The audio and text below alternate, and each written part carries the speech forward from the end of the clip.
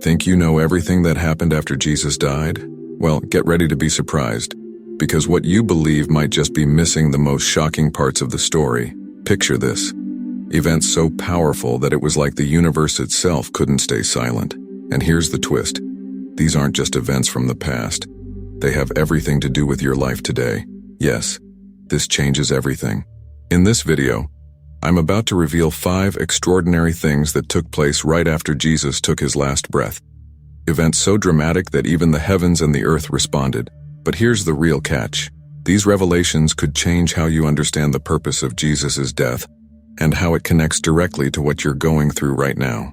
Stay with me until the end, because what's coming next might just redefine the way you see this pivotal moment in history, and maybe even your own life. When Jesus died, the earth itself couldn't stay still. An earthquake shook the ground, splitting rocks apart as if the world was breaking under the weight of the moment. Imagine witnessing that, standing there and feeling the ground beneath you tremble, as though even nature was mourning his death. It's like when your own life falls apart after a loss, and it feels like the world is crumbling. This earthquake wasn't just a natural event. It was nature's loud acknowledgement of the magnitude of what had just taken place. But think about it. The earth didn't just shake for no reason. The rocks split open, symbolizing a deeper truth. Sometimes, things in your life need to break so something new can emerge. Have you ever experienced moments when it feels like your world is being torn apart? Maybe it's the loss of a job, a relationship falling apart, or an unexpected challenge. The ground shakes, and you're left wondering how to rebuild. But just like this earthquake, those moments often lead to profound transformation. And here's the practical part. When your life feels like it's been hit by an earthquake, it's a chance to realign. What do you do when everything shifts? Jesus' death teaches us that even in the shaking, there's a purpose behind the pain. It's not just chaos. It's a moment of divine realignment. So when your world is shaking, think about what needs to change. It could be an opportunity to rebuild something stronger. The earthquake was also a signal, a divine wake-up call. Just like when natural disasters force people to stop and assess their surroundings, this earthquake was a call to the people of that time, and to us now, to pay attention. It's a reminder that in the midst of our personal earthquakes, there's something God is trying to show us. If your life has been shaken lately, ask yourself, what's the message behind the tremors? Is it time to make a shift? To see things differently? Of course, it's easy to feel fear when everything is shaking. But here's the truth. The same way this earthquake was temporary, so are the tremors in your life. After the earth settled, something greater emerged. And just like that, you can find strength in knowing that after the shaking, you have the chance to build again. The earthquake wasn't the end. It was the beginning of something new.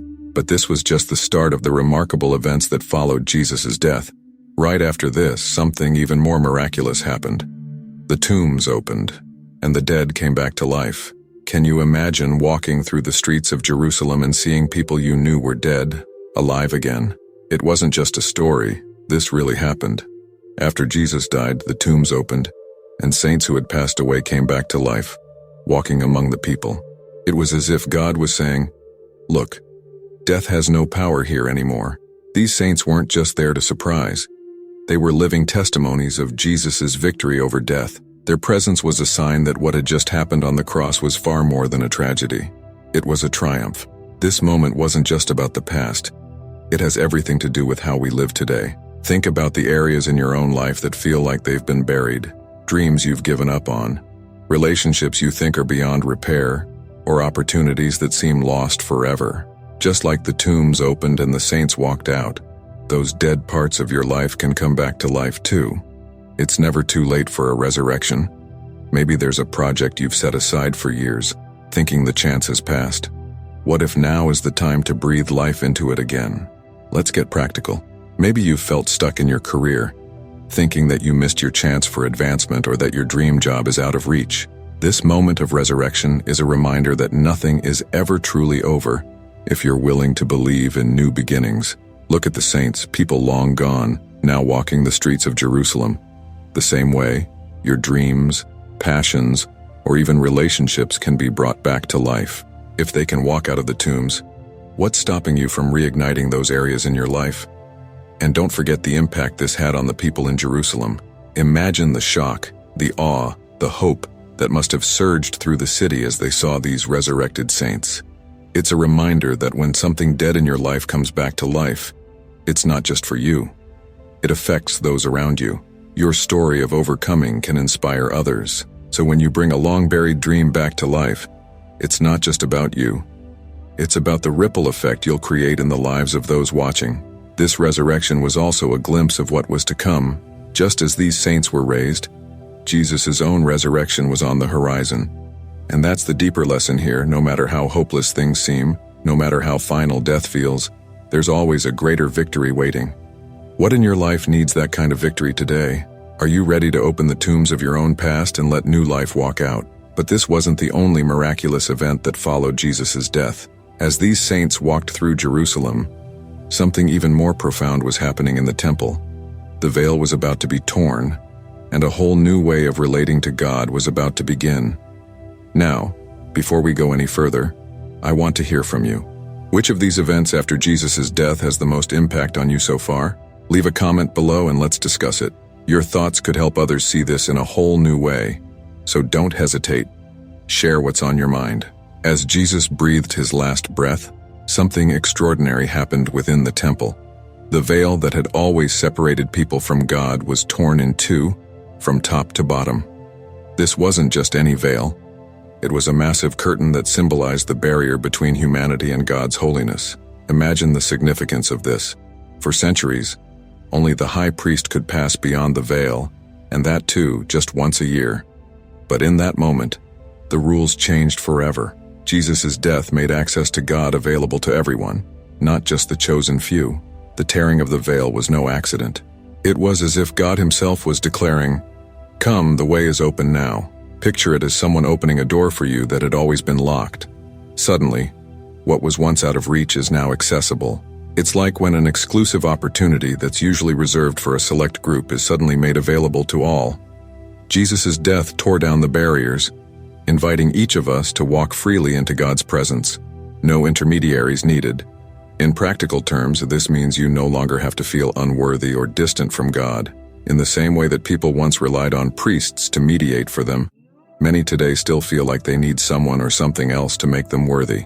But Jesus made it personal. You can talk to God right where you are without fancy words or rituals. It's like being given a direct line to the most important person in the world, and they're ready to listen, anytime, any place. Think about how this applies to daily life. If you've ever felt distant or disconnected spiritually, remember the veil is gone. Whether you're in the middle of a busy day or sitting quietly at home, God is as close as a thought, as near as a whisper. The veil tearing means you're not cut off from divine help. It's like being invited into a room full of solutions to your problems. Jesus made it possible to access that room at any time. If you need guidance and strength or peace, it's right there within your reach. The tearing of the veil was also a symbol of freedom. No longer confined to rigid rules or restricted access, people were now free to connect with God personally. It's like removing all the red tape, so you can go directly to the source. The barriers we often place between ourselves and God, whether it's shame, guilt, or fear, are like that veil, already torn. Jesus did that so you don't have to carry the weight of those things.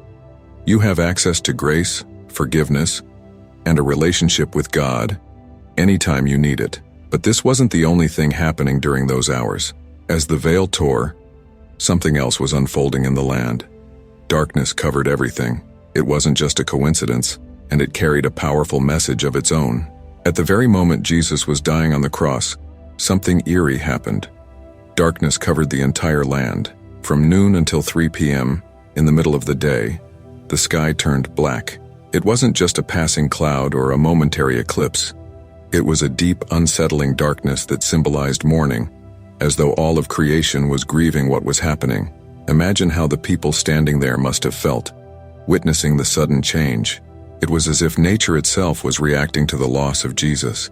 This wasn't an ordinary darkness. It was a divine sign, a physical manifestation of the spiritual weight of the moment. Think of it like walking into a room and feeling the heaviness in the air. You just know something serious is going on. That's what this darkness was like. It was God's way of showing that this was no small event. Something massive, Something world-changing was happening, and it wasn't just the land that mourned. It was also a sign of divine judgment, a reminder that Jesus was taking on the sins of the world in that moment. Now, what does this mean for us today? Darkness in our lives can often feel overwhelming, whether it's grief, fear, or a deep sense of loss. We all face moments where everything seems to go dark, but the darkness that covered the land during Jesus' death was temporary. Just as it lifted, the darkness in our own lives can lift too. This event serves as a reminder that even in the darkest of times, God is at work, bringing something new from what seems like utter despair. In practical terms, it means that when you go through dark times, it's important to remember that they don't last forever. Just as the darkness over the land ended, the challenges in your life will too. Sometimes, when things are at their darkest, it's because something is being transformed. Jesus' death led to the greatest transformation in history. So when you're facing your own dark times, try to hold on to the hope that something good, something redemptive, can come from it. It's also a call to reflect. Just as the land was plunged into darkness, there are times when we need to take a step back and reflect on our lives. What's going on in your world that feels overwhelming? Maybe this darkness is a time for you to reevaluate, to understand what changes need to be made, and to prepare for the light that will eventually come.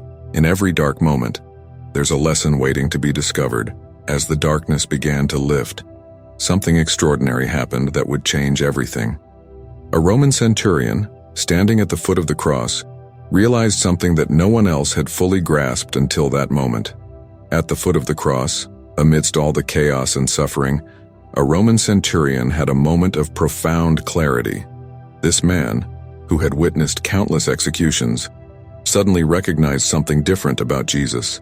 As he saw the way Jesus died, the grace, the words of forgiveness, the events unfolding around them, he uttered words that would echo through history. Truly, this was the Son of God. It was a powerful moment of revelation, one that many standing there might not have fully realized yet. The centurion's role was to oversee the crucifixion, a job that likely left him hardened to death and suffering. But something about this moment was different.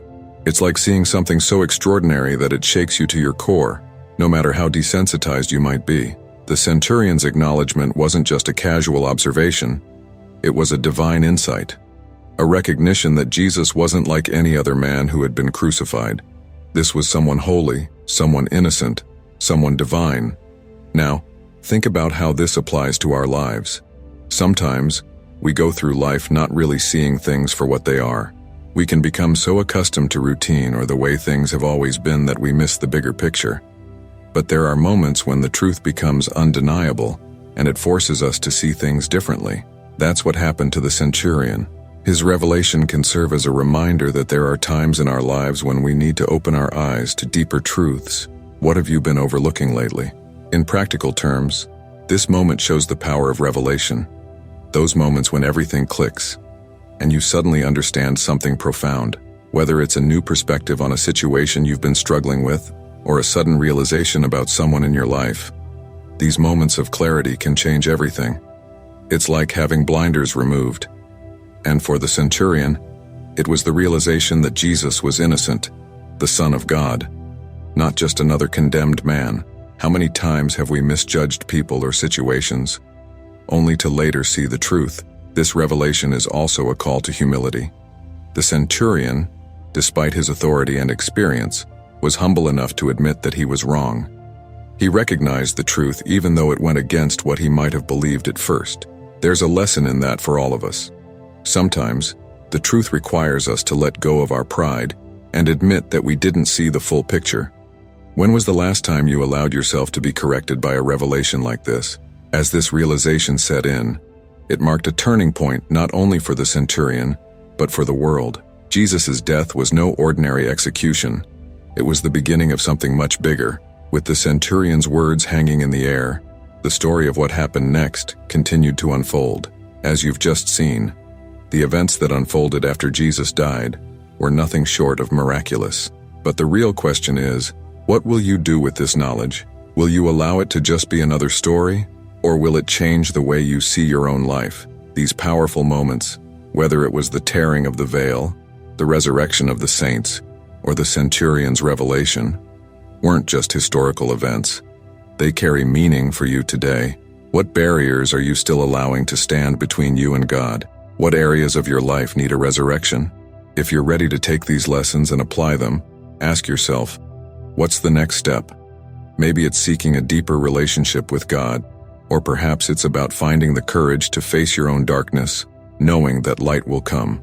These events are proof that transformation is possible, no matter how hopeless things might seem. So, how will you take that first step? Before you go, I want to encourage you to continue this journey of discovery.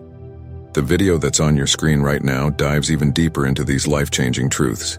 Click on it, and let's keep learning together. Make sure to subscribe to the channel and hit the notification bell so you never miss out on the insights that can transform your life.